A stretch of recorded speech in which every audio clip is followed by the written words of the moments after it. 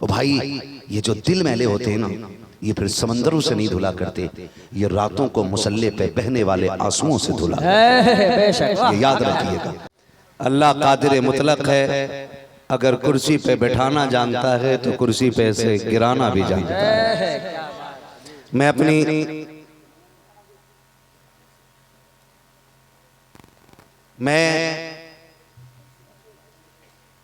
अपने तमाम भाइयों से ये गुजारिश करूंगा कि हुजूर की महफिल में जब भी आया करें, इस नियत से ना आया करें कि मूंड बनेगा, इस नियत से आया करें कि रब करम करेगा तो तकदीर बन जाएगी।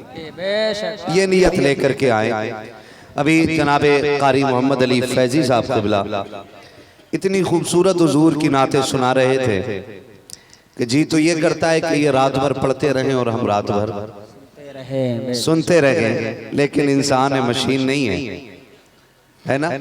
बहुत खूबसूरत हुजूर की नाते पढ़ी, शायद जा रहे हैं, जाने दीजिएगा। आपने बड़ी खूबसूरत हुजूर की नाते सुनी। अब थोड़ी देर के लिए मैं भी हाजिर खिदमत हूँ, तो मैं अर्ज कर रहा था कि कोशिश ये किया करें कि जितनी देर हुजूर की महफिल में बैठा करें, अल्लाह और उसके रसूल के हो के बैठा करें। मेरी बातें थोड़ी सख्त रहेंगी और तल्ख भी रहेंगी, अल्लाह करे ये बातें बर्दाश्त हो जाएं। बात अच्छी लगे तो अमल कर लीजिएगा, वरना मेरी वापस कर दीजिएगा, मैं लेके फिर मुरादाबाद चला जाऊंगा, है ना। अपने पास जो भी सौदा है इश्क का सौदा है, और याद रखिए इश्क के खरीदार हर जगह मिल जाते हैं। जहां इश्क का बाजार लगता है वहीं खरीदार भी आ ही जाते हैं। आपसे मेरी इतनी गुजारिश है, जितनी देर सुने मोहब्बत के साथ सुनेंगे इंशाअल्लाह। बातें थोड़ी तल्ख होंगी। इन महफिलों में जब भी बैठा करें, कम से कम महफिल के अंदर तो अल्लाह रसूल के होके बैठा करें। तबलीग करने का और सुनने का वही अंदाज रहना चाहिए जो हुजूर के दौर से चला आ रहा है। इन महफिलों का अदब बहरहाल जरूरी है। यहाँ पर जब भी बैठा करें, अल्लाह और उसके रसूल के होके बैठा करें। आज उर्से मेहरुल्लाह शाह रहमतुल्लाहि ताला अलैहि में सारे आए हुए हैं।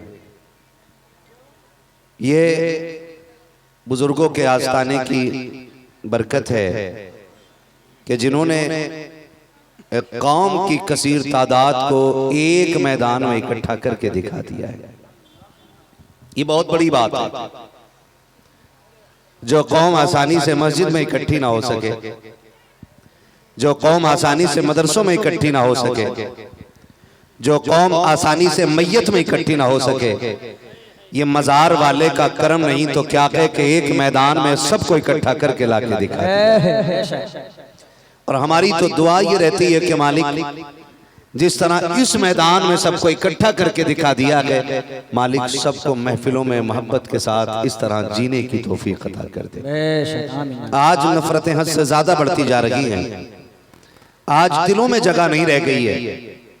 बुग़्ज़, हसद, कीना सर चढ़ के बोल रहा है, और इंसान को सिर्फ एक लगन लगी है कि मैं कैसे सबसे बेहतर हो जाऊं, मैं सबसे बेहतर कैसे नजर आऊं।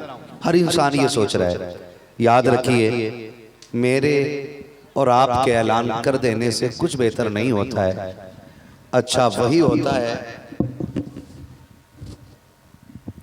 जिसे अल्लाह अच्छा करता है, जिसे अल्लाह अच्छा करता है। वही शख्स आगे जाता है जिसे रब बुलंद करता है। वही शख्स इज्जतें पाता है जिसे रब अता करता है। वही शख्स बुलंद होता है जिसे रब बुलंद करता है। हम एक ऐसी रेस में आ गए हैं कि जिस रेस ने हमें इतना अंधा कर दिया है कि हम आखिरत भुला बैठे और अपनों के रिश्ते भुला बैठे। बहुत गौर से मेरी बात सुनिएगा। हम इस रेस में आ गए हैं कि जिस रेस ने हमें इतना अंधा कर दिया है कि हम रब रसूल की नाराजगी की फिक्र किए बगैर और तेजी से आगे बढ़े चले जा रहे हैं। मेरे सामने ज्यादातर अक्सर तादाद नौजवानों की रहती है। मैं अपने एक नौजवान से कहना चाहूंगा, खुदारा आगे बढ़ने के लिए कभी भी हराम शय का सहारा ना लें। समझ रहे? आगे बढ़ने के लिए अब एक ख्वाब होता है कि जी मेरी बिल्डिंग सबसे बेहतर होनी चाहिए, मेरी इमारत सबसे अच्छी होनी चाहिए, मेरा बैलेंस सबसे बड़ा होना चाहिए, मेरी गाड़ी सबसे आला होनी चाहिए, लोग मुझे देखें तो कहें इसकी बराबरी का कोई नहीं है। बस आपसे इतनी गुजारिश है, इस भूख में इतने न बह जाना कि कदम हराम की तरफ चले जाएं। ये कोशिश कीजिएगा। जब भी सजदे लंबे हों अल्लाह से मांगा करो, मालिक जब भी दे हलाल की तौफीक देना, आमीन। हराम से बचाना। अपने रब से मांगा करो, अल्लाह हराम से बचा, हलाल की तौफीक अता फरमा। और रब ऐसा कादिर मुतलक है, अगर देने पे आए ना तो हलाल के 1 रुपये में 70 पुश्तों के लिए बरकत अता फरमा दिया कर। वाह क्या बात है। और उसके कहर से बचते रहिएगा, उसके गजब से बचते रहिएगा। अगर वो निकालने पे आए ना तो करोड़ों रुपए जो हैं एक दिन में खत्म करा देता है। और कोई बचाने वाला नसीब नहीं होता है, कोई बचाने वाला नसीब नहीं होता है।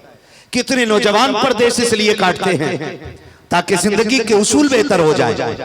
कितने लोग दुबई कुवैत में इसलिए हैं ताकि हमारी जिंदगी के रवैये बेहतर हो जाएं। कितने लोगों की जिंदगी परदेश में कट गई ताकि सुबह शाम बेहतर हो जाएं। मेरे अजीज, अगर सिर्फ सुबह शाम खूबसूरत हमने की और अपनी कब्र खूबसूरत न कर सके तो फिर कोई फायदा नहीं ऐसी खूबसूरती का जो सिर्फ दुनिया को खूबसूरत करे। कोशिश ये भी होनी चाहिए कि दुनिया के साथ साथ हमारी आखिरत भी खूबसूरत होनी चाहिए, हमारी आखिरत भी खूबसूरत होनी चाहिए। हम अपनी जिंदगी देखें, आज अल्लाह माफ करे हमें आगे बढ़ने की अगर कोशिश होती है तो हम हराम की तरफ दौड़ जाते हैं।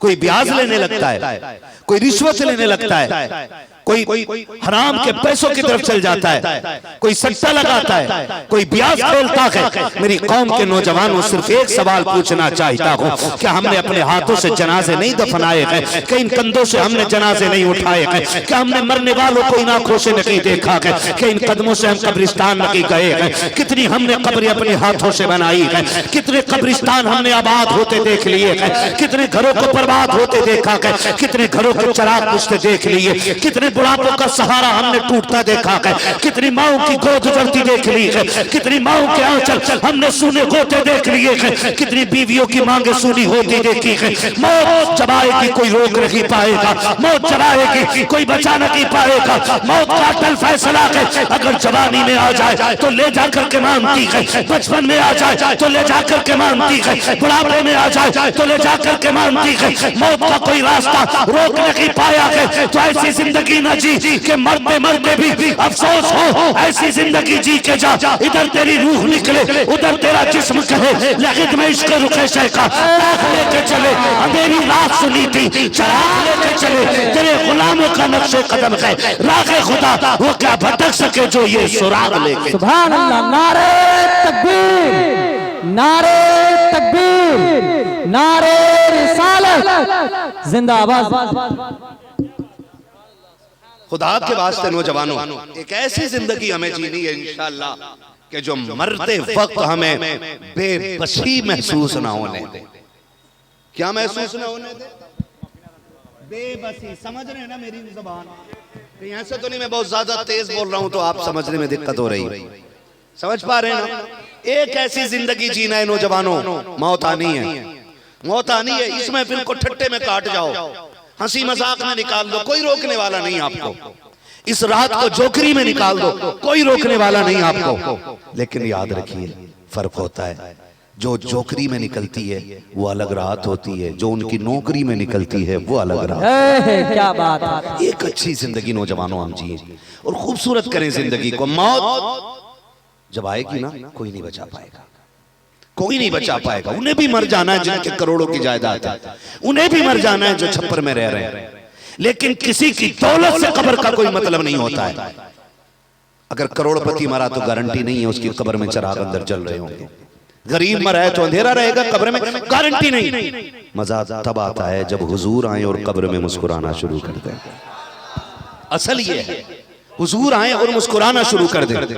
और आका आए और फरिश्ते हमारा कफन उठा के कहते हो मां कुंता तकुलु फी हक़ हाज़िर रजुल, इनके बारे में क्या कहता था? फिर हम ठहरे बरेलवी, और आला हजरत वाले तो फिर गर्दन नीचे नहीं करेंगे, बल्कि हुजूर को मुस्कुरा के देखेंगे और कहेंगे इनके बारे में पूछते हो तो सुनो, सरवर कहूं कि मालिक को मौला कहूं, बागे खलील का गुले ज़ेबा कहूं तुझे, तेरे तो वस्फ़ है बेतनाही से है बरी, हैरान हूं मेरे शाह में क्या क्या कहूं तुझे, कह ले कि सब कुछ उनके सना खां की खामोशी, चुप हो रहा के कह के मैं क्या क्या कहूं तुझे, लेकिन रज़ा ने खत्म सुखन इस पे कर दिया, खालिद का बंदा खल्क़ का आका। सुभान अल्लाह, जिंदाबाद। नारे तकबीर, नारे रिसालत, नारे रिसालत, मसलके आला हजरत, मसलके आला हजरत, नारे तकबीर। हिसाब सबको देना है, मुझे भी देना, इन्हें भी देना, इन्हें भी देना, आपको भी देना है।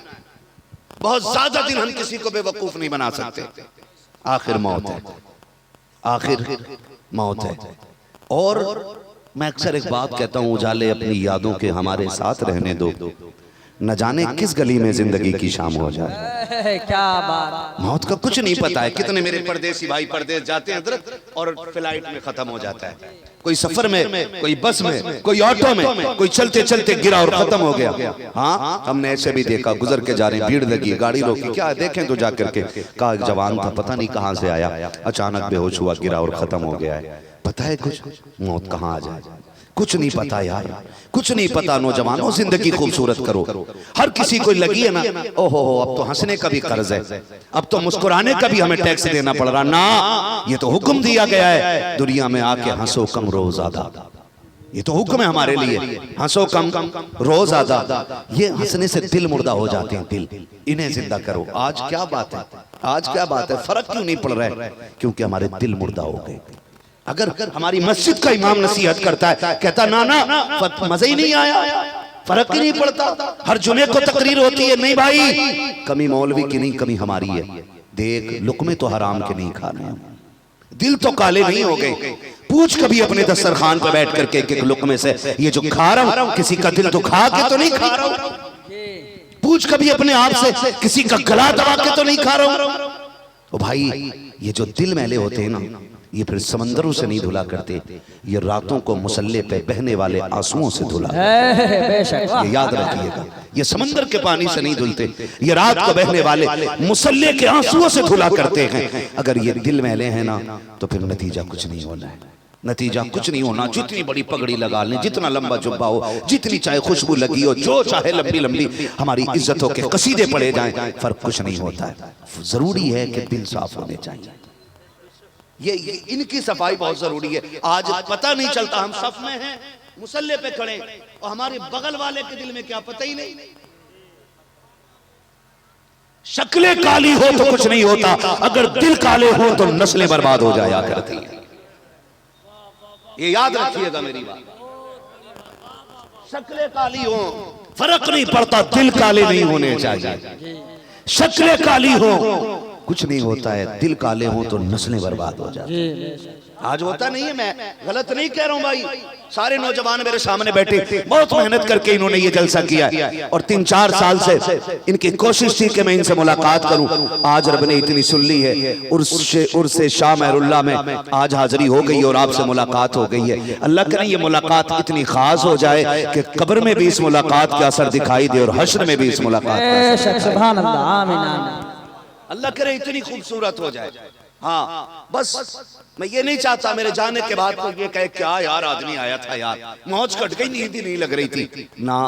इतना बदला जा, इतनी बदल जाना, मेरे जाने के बाद कोई ये कह दे क्या ही अच्छी आज मुलाकात रही कि जलसे में जाने से पहले दिलों में हसद लिए बैठे थे, जब से जलसे से उठ के आए हैं एक दूसरे को प्यार बांटना शुरू कर। सुभान अल्लाह, बेशक सबसे ज्यादा जरूरी बात है। नौजवान मेरे सामने खड़े हैं, बच्चे भी हैं, बुजुर्ग भी हैं, अल्लाह करे ये बात नौजवानों के दिल में उतर जाइए, ये साफ कर लीजिए।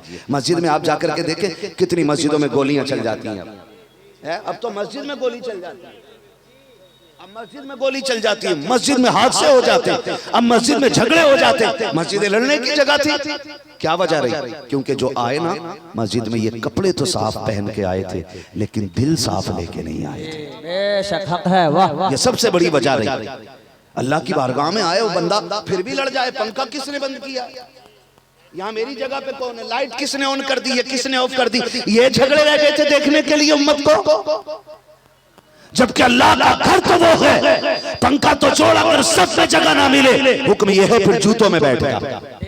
इसलिए कि वहां पंखों में बैठने वाले इज्जत वाले नहीं होते, मस्जिद में अदब से बैठने वाले इज्जत वाले होते। बेशक हक है, वाह वाह क्या बात। ये सबसे ज्यादा जरूरी था। लेकिन क्या हुआ, हमने कपड़े तो बगबगे पहने लेकिन दिलों की सियाही न धुल सके। हम मस्जिद में आए, हमने आके पहला कदम रखा, धमाके के साथ आवाज की ताकि लोगों को पता चल जाए वो आ गया कि जो चंदा ज्यादा देता है, वो आ गया कि जो मस्जिद में पैसा ज्यादा लगाता है। फिर हमने ये सोचा कोई सेठ कह के आवाज दे, कोई प्रधान, कोई मुखिया कह के आवाज दे, कोई जमींदार कह के आवाज दे। हमें लोगों ने देखा, कहा आओ प्रधान आइए, आइए मुखिया जी आइए, आइए सरपंच आइए। हमने ये दाद तहसीन मस्जिद में तो ले ली, इसका सिला आखिरत में क्या मिलने वाला है कभी ख्याल तक नहीं आया। और तुम्हें खुदा का वास्ता दे के कहता हूँ, अगर मस्जिदों में जाया करो तो खुदा बन के न जाया करो, बंदे बन करके जाया करो, अकड़ के न जाया करो, सुकड़ के जाया करो, उसकी बारगाह में सीधे होके नहीं झुक के जाया करो। इसलिए कि जो वहां झुक के जाया करता है वहां से उतना उठ के आया। सुभान अल्लाह। नारे तकबीर, नारे तकबीर, नारे रिसालत। हमारी मस्जिदों में झगड़े, हमारी मस्जिदों में पंखे को लेकर झगड़ा गया, मुझे नमाज पढ़नी है, तू कैसे आ गया? वो हमें शर्म आनी चाहिए। करवट में बैठा हुआ देख रहा है, कह रहा है ये करवट में किधर से आया? ऐसे घुमा देते हैं हजरत, अच्छा तू है, तू इधर आ जा। क्या मुझे इसकी बगल में नमाज नहीं पढ़नी है, तू आया क्यों? आप देखो, कह रहा अल्लाह का शुक्र है 20 साल की उम्र से नमाज पढ़ रहे हूँ। ये कह रहा 20 साल की उम्र से, और शक्ल देखो तो कुत्ते जैसी होती है। क्या बात, तेरी नमाज ने तेरे चेहरे पे नूर पैदा क्यों नहीं किया? तो आप झांक के देखना, पता चला कपड़े सफेद पहनता रहा, दिल मैला लेके फिरता रहा था, दिल मैला लेके फिरता रहा था। आएंगे मस्जिद में ऐसे हाथ मारेंगे, फूंक मारेंगे, कहते इमाम साहब, आलिम साहब, ये साफ नहीं है मस्जिद, देखा नहीं मेरे कलफ के कपड़े हैं, इन पे मिट्टी लग जाएगी। इमाम किसी के बाप का नौकर नहीं, और मस्जिद में आया तो खुदा का घर है। अगर तुझे मिट्टी दिख रही है झाड़ू लगा दे। पद फरमाया गया जो मस्जिद में सफाई करता है अल्लाह उसके दिल को साफ कर दिया। सुभान अल्लाह, क्या बात है। जिंदाबाद। आलिम साहब, ये धूल निकल रही है, मेरे कपड़ों पे धब्बा लग जाएगा। मशीयत का नकीब कहता नादानी, अगर मिट्टी का कपड़ा तेरे बदन धब्बा, मिट्टी का धब्बा अगर तेरे कपड़े पे लगा, ये 2 लोटों से धुल जाएगा। लेकिन ये जो दिल पे मैल लेके आया है, ये 2 लोटों से तो धुलने वाला नहीं है, ये 100 लोटों से धुलने वाला नहीं है। कहता मालिक मुझे लज्जत क्यों नहीं आती नमाज में? कहां से लज्जत उस नमाज में आएगी जिस नमाज के सजदे में जाके इमाम के पैर चेक किए जाते हो? कहां से उस नमाज में लज्जत आएगी जिसके कयाम में खड़े होकर के इमाम के दिमाग को पढ़ा जाता हो, जिस नमाज के अंदर पड़ोस में खड़े होने वाले के कपड़े पे गौर किया जाता हो? उस नमाज में लज्जतें नहीं आती है। लज्जत उस नमाज में आती है जो नमाज अली जैसी होती है। अगर खड़े हो जाते हैं, तीर निकाल लिया जाता है। पूछा गया अली नमाज के बगैर जिस तीर को छूने नहीं देते थे वो निकल जाता है, पता क्यों नहीं चला? क्या तुम नहीं जानते हो जब अली नमाज में जाता है तो सिर्फ नमाज में नहीं अपने रब के जलवों में गुम हो जाया।